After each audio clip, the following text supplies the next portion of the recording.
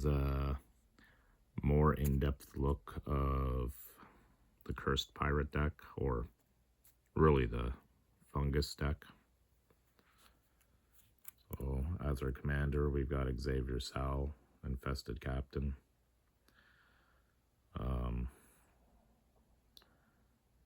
You don't need him out to make the deck work, but he makes the deck better. So we can remove a counter from another permanent, and we control and populate. Or we can sacrifice a creature and proliferate. So that's going to come in very handy. We've got a lot of counters, and we've got a lot of tokens hopefully coming into play.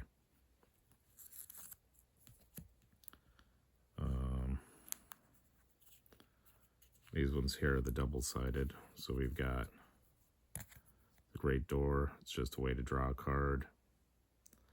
If you so happen to have 4 or more different permanent types in your graveyard, you can flip it.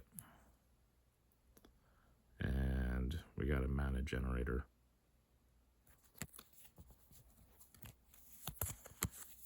We also have a battle here. When it enters the battlefield, we could return up to 3 target permanents from our graveyard to our hand. And we can use Xavier Sal to remove a counter from it, just to make it flip faster, hopefully. Once we do, at the beginning of your upkeep, you can put a permanent card from your hand onto the battlefield. A good way to cheat things in if you can get it to flip. So we'll take a look at the fungus types first, or majority of the fungus. We got just a regular Thallid, cheap. We got spore counters, remove 3, you get a green sapperling. That's what a lot of the fungus do, but that's just your basic one. Spore counters again, sapperlings. They're nice because with Xavier, you've got both token generation and counter generation.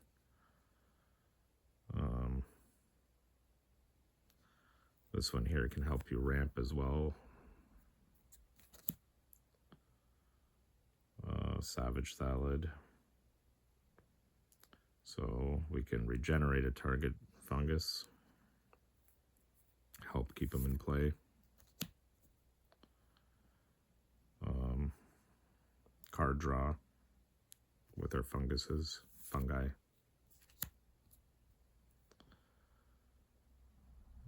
We got target creature gains haste.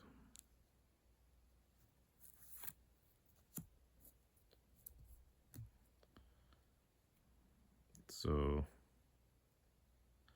this one here accelerates the fungus counters. At the beginning of upkeep, you could put a spore counter on each fungus you control, even ones that don't generate fungus counters.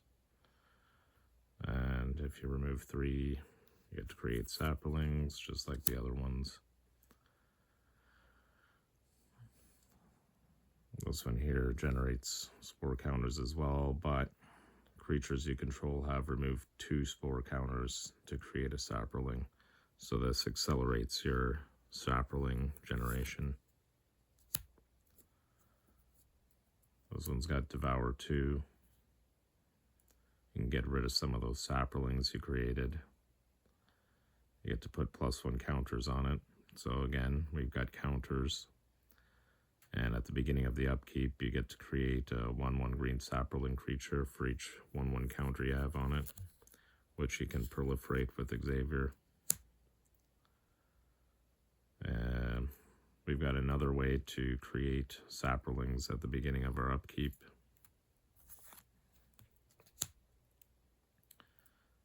Druidic Satchel, can't go wrong. You reveal the top card of your library. If it's a creature, create a sapperling. If it's a land, put that card onto the battlefield under your control. If it's a non-creature, non-land, you gain 2 life. That's the worst scenario. but getting a sapling or getting a free land, great. So Mindbender Spores is a way to punish your opponents. There are ways inside the deck to create copies of creatures, and with Xavier, when you proliferate, you get to put extra counters on. So when Mindbender Spores blocks any creature, you put 4 fungus counters on that creature. During its controller's untap phase, you remove a fungus counter from the creature.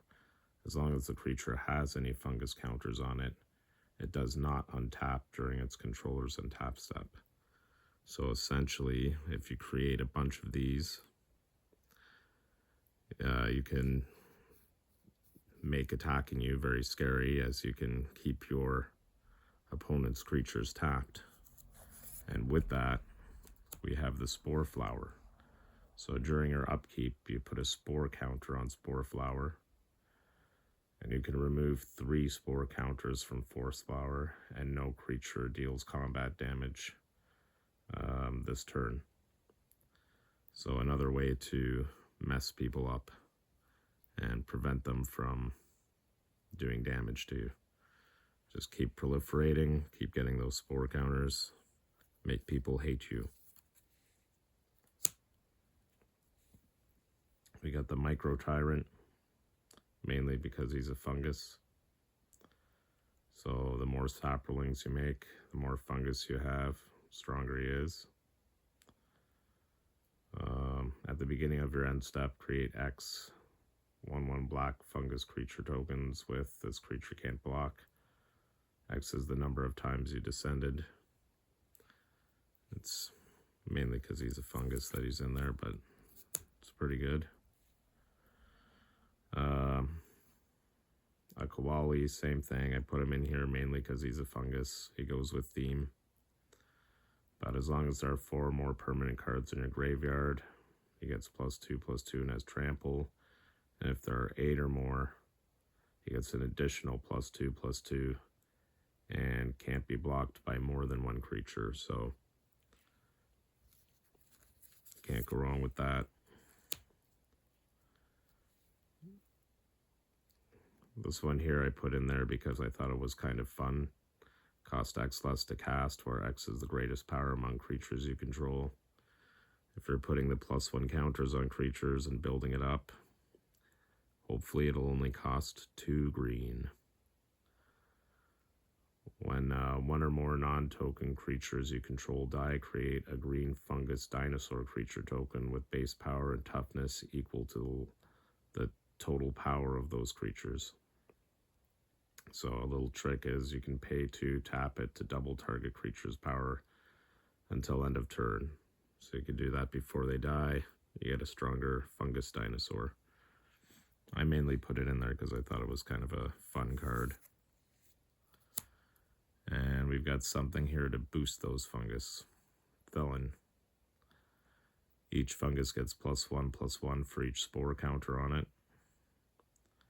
And pay black and a green, remove a fungus card in a graveyard from the game, put a spore counter on each fungus in play.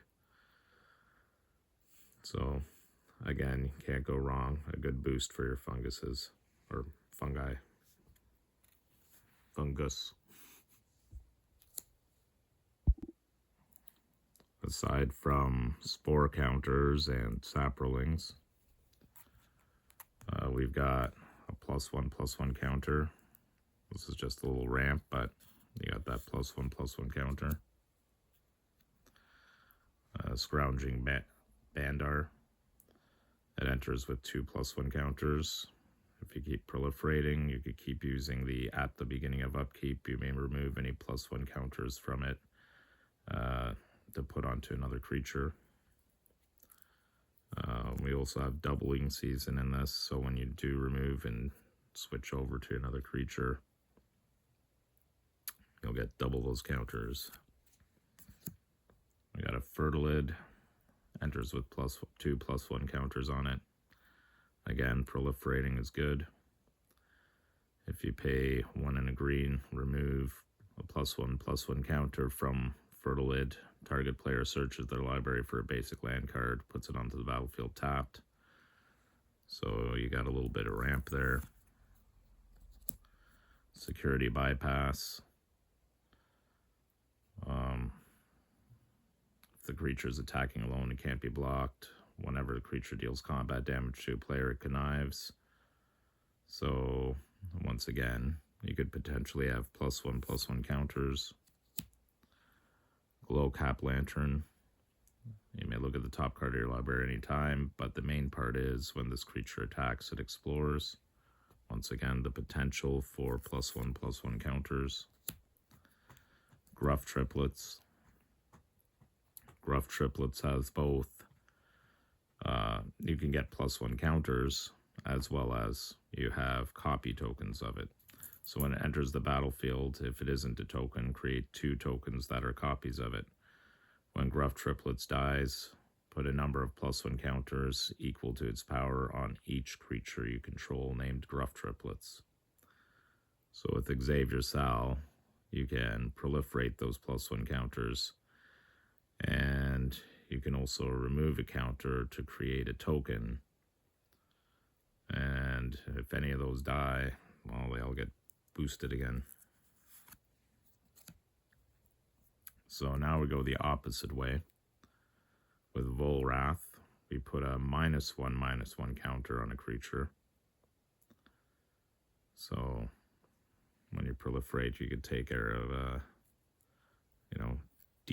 D boost something. We've got Massacre Girl. So creatures you control have Wither. So we'll be putting -1/-1 counters on creatures we block or like get blocked by us. So again, proliferating. And we got Contagion Engine. When it enters, put a -1/-1 counter on each creature target player controls. Also, you can pay 4, tap it, and you've got the proliferate, then proliferate again. Can't go wrong with that. Not in this deck. We've got Monstrosity in the Lake. The main thing is, when it enters, you may pay 5. If you do, tap all creatures your opponent controls, or opponents control, then put a stun counter on each of those creatures. So you got stun counters to proliferate now. Once again, stopping your opponents from being able to attack you, so they'll hate you and probably try to kill you. Myojin. So it's costly, but when you do cast him, you get to put an indestructible counter on it. If you cast it from your hand, I know it's 8, but if you proliferate that counter, then you can keep using the remove an indestructible counter from Myojin and copy target permanent spell you control 3 times. So it's a little bit of an investment, but if you could proliferate those indestructible counters, you could continuously use it to copy your spells 3 times. We got a Tendo Ice Bridge. I just put this in here because we can proliferate those charge counters. And the Gemstone Mine. You'll have mining counters. It's not a big deal. You could probably put other lands in there, but hey, counters, they're fun. There are a lot of counters, so this deck can be a little much to... You gotta really know the deck and, keep on top of your counters.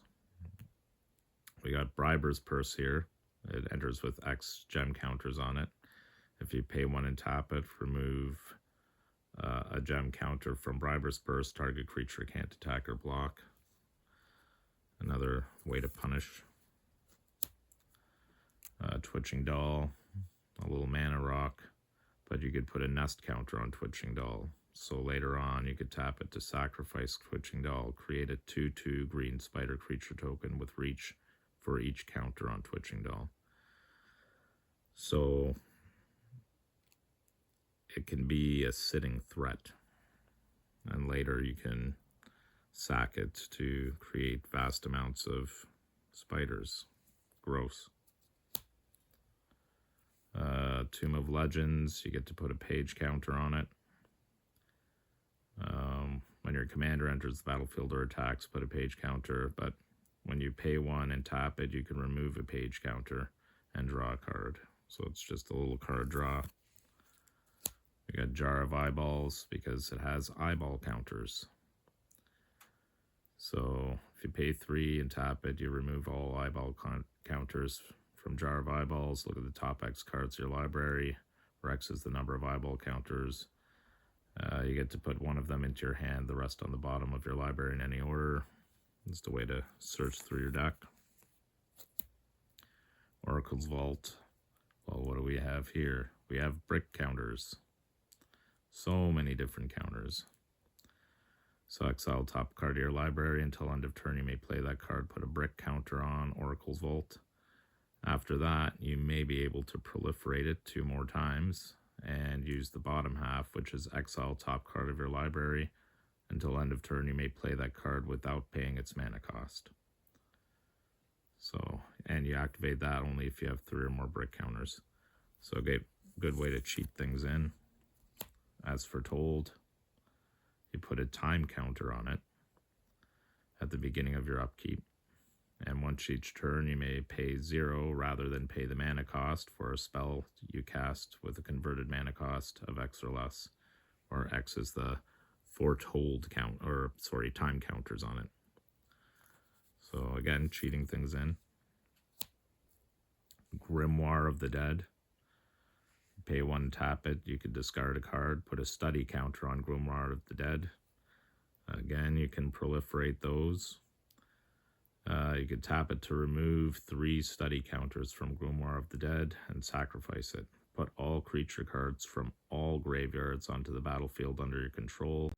They're black zombies in addition to their other colors and types. But what that means is you got all your guys back and everybody else's. So we got our little combo in here. Toxrill the Corrosive and the Sludge Monster. So we're going to be putting slime counters on things. That will make them 2/2s. And Toxrill will give them -1/-1 for each slime counter. And that may start board wiping people. And then we've got Smith's Slumbering Isle. It enters tapped with 5 slumber counters on it. This is just one of those creatures where you can use Xavier Sal to remove a counter just to make it faster, to make him not just a land, but a creature. As long as he has a slumber counter, he is a land.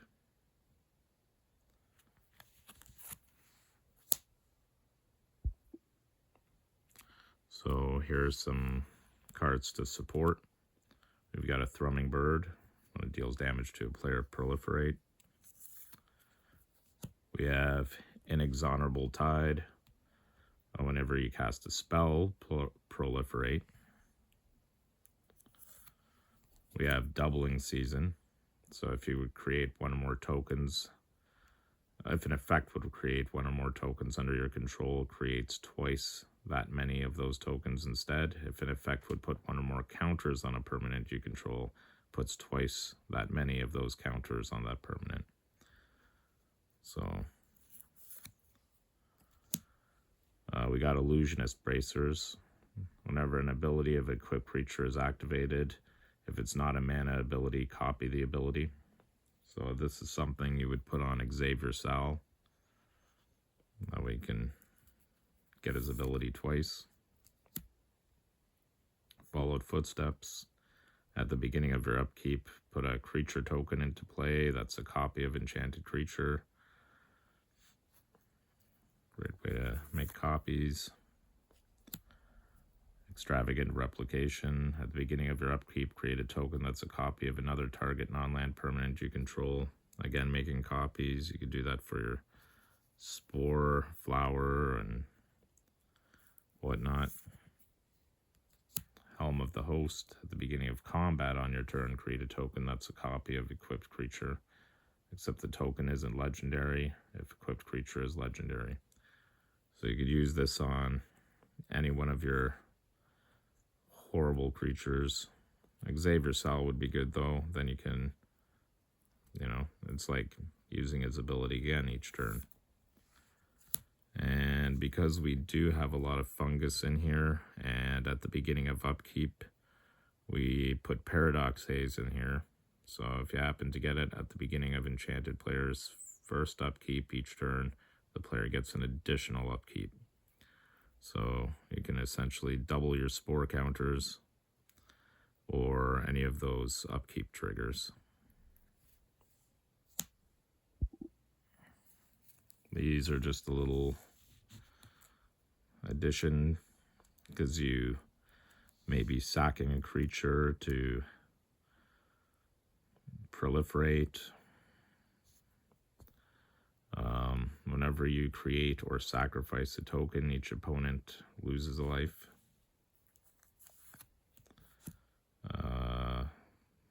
Cutthroat. Whenever the Cutthroat or another creature you control dies, opponent loses a life, or each opponent loses a life, you gain 1 life. Nadir's Nightblade. Whenever a token you control leaves the battlefield, each opponent loses 1 life, you gain 1 life. And we have Slimefoot, another fungus. But I put him in here because whenever a Saproling you control dies, Slimefoot deals 1 damage to each opponent and you gain 1 life. As an aside, you can pay 4, create a green Saproling creature token. Probably not going to do that too much. It's more for the dealing damage and gaining a life.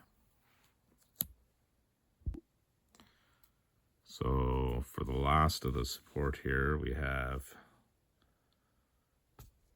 Irith. We can untap another target permanent or untap 2 other legendary creatures. So the idea behind this is the end game, Intruder Alarm. We have Irith, helps you untap.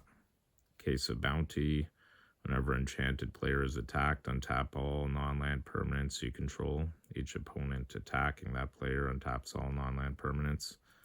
So again, untapping. Kira's Follower, untap another target permanent. Clever Conjurer, untap another target permanent, not named Clever Conjurer, which you won't be doing anyway. And it all comes down to Intruder Alarm. So creatures don't untap during their controller's untap step. Whenever a creature enters the battlefield, untap all creatures.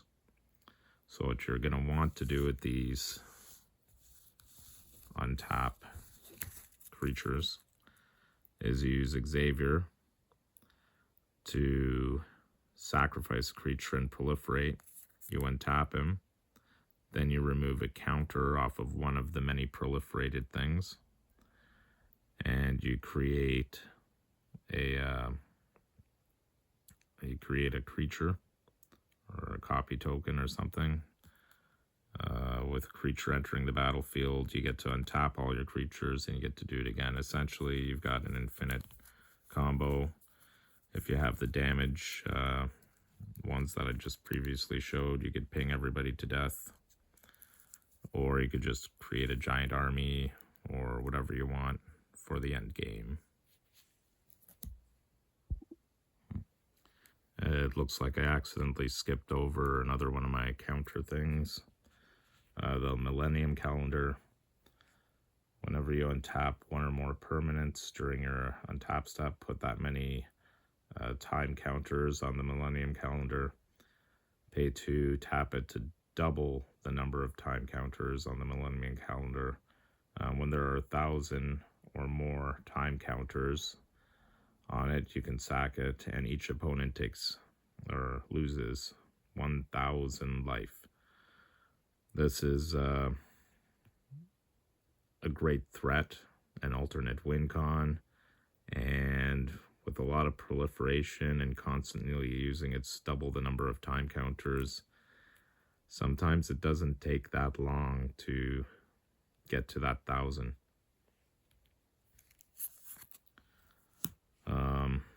This here is just like other cards I put in. Expedition Map, because it felt piratey. Chyrix, the Raging Isle, you know, sea monster stuff. He's got really, you know, 17 toughness. Great way to block. Lorthos, the Tide Maker. Again, very expensive. If you want, though, you could pay 8 when you attack with Lorthos and tap up to 8 target permanents. Those permanents don't untap. Another way to punish creatures, keep them from attacking you. Garuda, Doom of the Depths. Mostly in here because it's on theme with sea monster, piratey stuff. At least that's what I think of. Gigantoplasm, because I thought it was funny.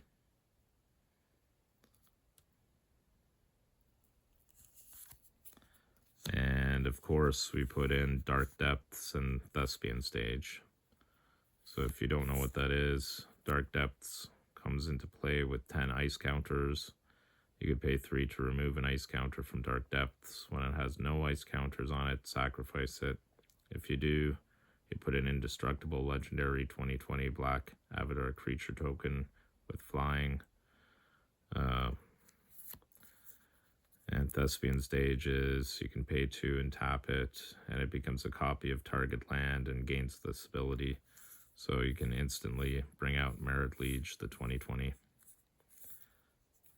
Just in case for those that didn't know. And that's my Cursed Pirate Fungus deck. Thanks for watching.